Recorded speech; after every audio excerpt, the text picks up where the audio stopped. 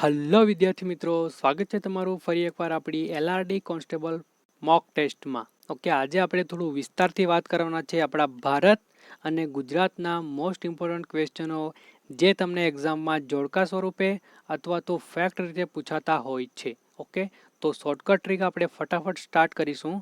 આ તમારે shortcut trick 10 જેટલી શોર્ટકટ ટ્રીક છે, બધી જ જો આવડતી હોય તો તમારું રિવિઝન થઈ જશે, અને નહીં આવડતી હોય જે નવા વિદ્યાર્થી છે એમના માટે ઘણી ઉપયોગી થઈ શકે છે. ચલો, પ્રથમ છે કે ભારતની સરહદ સાથે જોડાયેલા દેશના નામ યાદ રાખવાની ટ્રીક. ઓકે, આપણું ભારત આવેલું છે, એમની સરહદ છે, એમની સાથે જોડાયેલા કેટલાક દેશો કયા કયા છે તો દેશના નામ યાદ રાખવાની ટ્રીક છે કે ટ્રીક છે બચપન મેં MBA. ઓકે, આ ટ્રીક તમે સાંભળી હશે તો તમારું રિવિઝન થશે, અને નહીં સાંભળી હોય તો તમારે નોટ ડાઉન કરીને ચાલવાનું છે. ચલો, બચપન મેં MBA એટલે અહીં બચપન મેં હાઈટ છે MBA. ઓકે, તો બ પરથી આવશે બાંગ્લાદેશ. બાંગ્લાદેશ સરહદ ધરાવે છે આપણા ભારત જોડે, સૌથી લાંબી સરહદ. ઓકે, ક્વેશ્ચન બની ગયો કે સૌથી લાંબી સરહદ ધરાવતો આપણો પાડોશી દેશ કયો છે તો બાંગ્લાદેશ. 4096 4096 કિમી જેટલી સરહદ ધરાવે છે બાંગ્લાદેશ. ઓકે, ચ પરથી આવશે ચીન. ચીનની સરહદ છે 3941 એટલે કે 3941 કિલોમીટર જેટલી સરહદ ધરાવે છે. હવે જે સરહદ ધરાવે છે એમનું નામ શું છે તો મેકમોહન રેખા. ભારત અને ચીનની સરહદ રેખા એટલે મેકમોહન રેખા. ચલો, પાકિસ્તાન 3310 કિલોમીટર સરહદ ધરાવે છે અને એમનું નામ છે રેડ ક્લિક રેખા. ઓકે, નેપાળ છે 1752 કિલોમીટરની સરહદ ધરાવે છે. એમ પરથી મ્યાનમાર, ન પરથી નેપાળ થઈ ગયું, એમ પરથી મ્યાનમાર 1458 જેટલી લાંબી સરહદ ધરાવે છે. બી પરથી ભૂટાન 587 જેટલી સરહદ ધરાવે છે. અને લાસ્ટમાં છે એ એટલે અફઘાનિસ્તાન, જે 80 કિમી જેટલી સરહદ ધરાવે છે. સૌથી ઓછી સરહદ ધરાવતો દેશ એટલે અફઘાનિસ્તાન, જે છે 80 કિલોમીટર, અને સરહદનું નામ છે Durand line. Okay, Durand line. ચલો, ફરીથી રિવિઝન ફટાફટ કરી લઈએ. બ પરથી બાંગ્લાદેશ, ચ પરથી ચીન, પ પરથી પાકિસ્તાન, ન પરથી નેપાળ, એમ પરથી મ્યાનમાર, બી પરથી ભૂટાન, એ પરથી અફઘાનિસ્તાન. તમારા માટે આઈએમપી રહેશે કે સૌથી લાંબી સરહદ બાંગ્લાદેશ અને સૌથી ટૂંકી સરહદ અફઘાનિસ્તાન. ઓકે, ચીન સાથે સરહદ મેકમોહન રેખા, પાકિસ્તાન સાથે રેડ ક્લિફ, અને લાસ્ટમાં છે અફઘાનિસ્તાન હશે દુરાંત લાઇન. ડન છે. ચલો, સ્ક્રીનશોટ લેવો હોય તો લઈ લો ફટાફટ. સેકન્ડ ક્વેશ્ચન જોઈશું કે ગુજરાતની 8 મહાનગરપાલિકા યાદ રાખવાની ટ્રીક. ઓકે, ટ્રીક છે કે રાજુભા અમે જાસુ ગાંવ. રાજુભા અમે તો જાસુ ગાંવ. તો રા પરથી રાજકોટ, જુ પરથી જુનાગઢ, બા પરથી ભાવનગર, અમે પરથી અમદાવાદ, જા પરથી જામનગર, સુ પરથી સુરત, અને ગા પરથી ગાંધીનગર, અને વ પરથી વડોદરા. ઓકે, એમ પણ તમે યાદ રાખી શકો છો, પણ તમને આ ટ્રીક થોડી યાદ હશે કે રાજુભા અમે જાસુ ગાંવ. તો તમને રા પરથી રાજકોટ, જુ પરથી જુનાગઢ, બા પરથી ભાવનગર, અમદાવાદ, જામનગર, સુરત, ગાંધીનગર ને વડોદરા. આ રીતે તમે યાદ રાખી શકો છો. ચલો, વિટામિન ABC, ડી, ઈ અને કે ના રાસાયણિક નામ.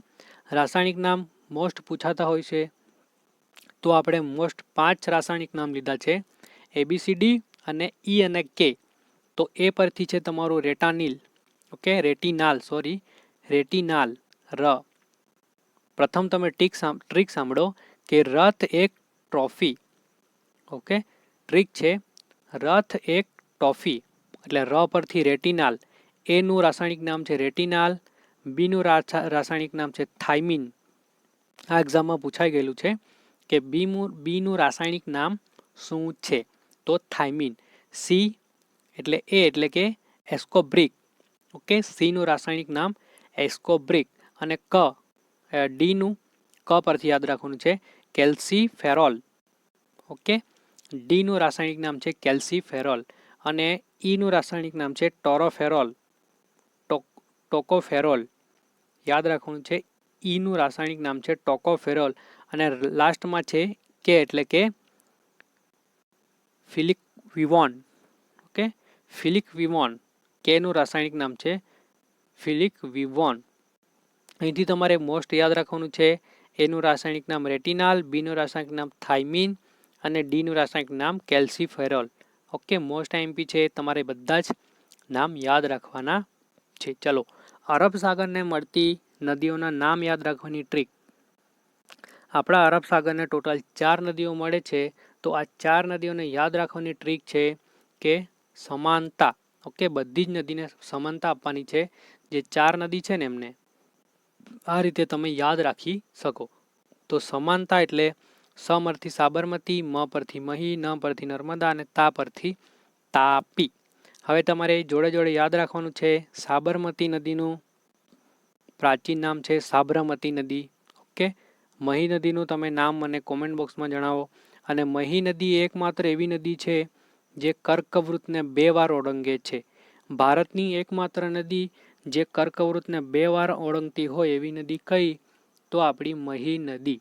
ઓકે, ચલો, નર્મદા નદીનું પ્રાચીન નામ તો બધાને ખ્યાલ છે, મેકલ કન્યા. તાપી નદી એટલે આપણે સૂર્યપુત્રી. ઓકે, ચલો, કર્કવૃત પસાર થતા રાજ્યોના નામ યાદ રાખવાની ટ્રીક. મોસ્ટ આઈએમપી છે કે આપણા ગુજરાતમાંથી કર્કવૃત પસાર થાય છે. તો આ કર્કવૃત આપણા ગુજરાતના કયા કયા રાજ્યોમાંથી પસાર થાય છે? ઓકે, આ રીતે આપણું ભારત છે, બરાબર. તો આપણા ભારતમાંથી આ રીતે કર્કવૃત પસાર થાય છે. તો કર્કવૃત ભારતના કયા કયા રાજ્યોમાંથી પસાર થાય છે? તો યાદ રાખવાની ટ્રીક છે મમ્મી પણ ગુજરાતી છે. ઓકે, હોય જ ને, આપણે જ ગુજરાતી છે તો આપણી મમ્મી કેમ ન ગુજરાતી હોય? તો યાદ રાખવાનું છે તમારે મમ્મી પણ ગુજરાતી છે. તો મ પરથી મધ્યપ્રદેશ, મી પરથી મિઝોરમ, પણ પરથી પશ્ચિમ બંગાળ, ગુ પરથી ગુજરાત, જ પરથી ઝારખંડ, રા પરથી રાજસ્થાન, તી પરથી ત્રિપુરા અને છ પરથી છત્તીસગઢ. ચલો, સ્ક્રીનશોટ લઈ લો ફટાફટ. બધા જ મોસ્ટ આઈએમપી છે. જો તમને ઉત્તરથી દક્ષિણ પૂછે ને તો તમારે પછી મેપમાં દર્શાવીને આ બધું છે ને મેપમાં લખી લેવાનું. એક મસ્ત મજાનું મેપ લેવાનો. એ મેપમાં તમારા બધા તળાવો છે, બધા સરોવરો છે, બધા વીજ અણુ મથક છે. ઓકે, બધા ગુજરાતમાં કેટલાક ધોધ આવેલા છે મુખ્ય, એ બધી જ વસ્તુ તમારે મેપમાં દર્શાવી લેવાની, જેથી તમને યાદ રહી જાય. ચલો, ભારતના અણુ વિદ્યુત મથકોના નામ યાદ રાખવાની ટ્રીક. હમણાં જ આપણે વાત કરી કે અણુ વિદ્યુત મથકો. ઓકે, તો આપણા ભારતમાં ટોટલ 6 જેટલા અણુ વિદ્યુત મથકો આવેલા છે. મોસ્ટ આઈએમપી એમાંથી એક્ઝામમાં ઘણી વખત પૂછાઈ ગયેલું છે કાકડાપાર અણુ વિદ્યુત મથક ક્યાં આવેલું છે? તો ગુજરાતમાં. તો અહીં તમારે ટોટલ 6 વિદ્યુત મથકો, અણુ વિદ્યુત મથકો યાદ રાખવાના છે. તો તારાકાન, કોક કાપે. ઓકે, તારાકાન, કોક કાપે. તો તા પરથી તારાપુર, સિમ્પલ છે, મહારાષ્ટ્રમાં આવેલું છે. રા પરથી રાવતભટ્ટ, જે રાજસ્થાનમાં આવેલું છે. કા પરથી કાકડાપાર, ગુજરાતમાં આવેલું છે આપણા. ન પરથી નરોર મથક, યુપીમાં આવેલું છે. કો પરથી કોટા મથક એટલે રાજસ્થાન અને ક પરથી કલપકમ, તમિલનાડુ. મોસ્ટ ઇમ્પોર્ટન્ટ યાદ રાખવાના છે મહારાષ્ટ્ર, આપણું ગુજરાત અને કોટા એટલે રાજસ્થાન. ઓકે, રાવતાભટ્ટ પણ પૂછાઈ શકે. આ કાકડાપાર જે છે પૂછાઈ ગયું છે. તારાપુર પણ પૂછાઈ ગયું છે. સૌ પ્રથમ જો હોય ને અણુ વિદ્યુત મથક તો તારાપુર મથક મહારાષ્ટ્રનું. તો એ ઇમ્પોર્ટન્ટ ગણાશે, યાદ રાખી શકો તમે. ચલો, ચલણ રૂપિયો હોય તેવા દેશો યાદ રાખવાની ટ્રીક. એવા કયા કયા દેશો છે જેમાં ચલણમાં રૂપિયો ગણાતો હોય અથવા તો રૂપિયા નામનું ચલણ ચાલતું હોય? તો એમના માટે ટ્રીક છે કે મામાને ભાઈ સે પાકિસ્તાન માંગા. આપણા મામા છે એમની પાસે આપણે પાકિસ્તાન માંગવાનું છે. એ રીતે તમે યાદ રાખવાની ટ્રીક છે કે મામાને ભાઈ સે પાકિસ્તાન માંગા. તો પ્રથમ માં છે ને એના પરથી તમારે માલદીપ, પછી બીજું માં છે એના પરથી મોરેશિસ, શ્રી પરથી શ્રીલંકા, ને પરથી નેપાળ, ભા પરથી ભારત, ઈ પરથી ઇન્ડોનેશિયા અને સે પરથી સેલ્સસ અને લાસ્ટમાં મોટું છે પાકિસ્તાન. ઓકે, તો આ રીતે તમે યાદ રાખી શકો. માલદીપ, મોરેશિસ, શ્રીલંકા, નેપાળ, ભારત, ઇન્ડોનેશિયા, સેલ્સસ ને પાકિસ્તાન. મોસ્ટ આઈએમપી સાબિત થશે તમારી એક્ઝામમાં. ચલો, વિધાન પરિષદ ધરાવતા રાજ્યોના નામ યાદ રાખવાની ટ્રીક. તો યુકે મેં આમ બિકતે હૈ. यूके में आम बिकते हैं। तो યુ પરથી ઉત્તર પ્રદેશ, કે પરથી જમ્મુ કાશ્મીર, આમાં 370 લાગી ગઈ છે. તમારે મને કોમેન્ટ બોક્સમાં જણાવવાનું છે કે હાલમાં પણ આપણા જમ્મુ અને કાશ્મીરમાં વિધાન પરિષદ છે કે નથી. હા કે ના કોમેન્ટ કરી શકો. કોમેન્ટ કરી શકો નહીં, કોમેન્ટ કરવાની છે.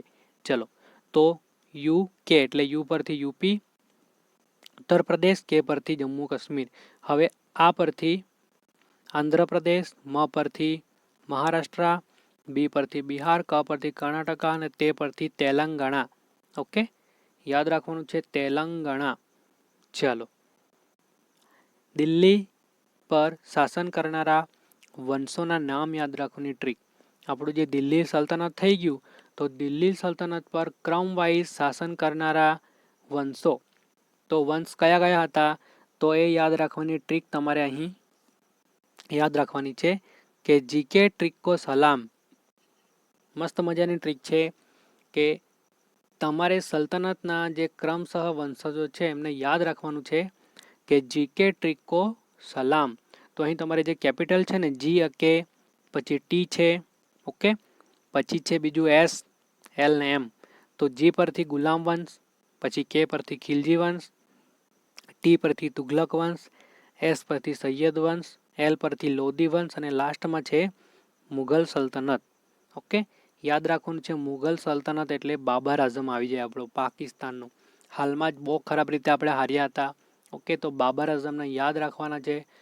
સૌપ્રથમ ભારતમાં તોપગળાનો ઉપયોગ કરનાર કોઈ હોય ને તો બાબર. કયા યુદ્ધમાં ઉપયોગ કર્યો હતો બાબરે? કોમેન્ટ બોક્સમાં જણાવો કે મુઘલ સલ્તનતનો બાબર જે હતો એમણે આપણા ગુજરાતમાં ભારતમાં સૌપ્રથમ તોપગોળાનો ઉપયોગ કરનાર પ્રથમ વ્યક્તિ હતો, પણ કયા યુદ્ધમાં કર્યો હતો? કોમેન્ટ કરીને જણાવો.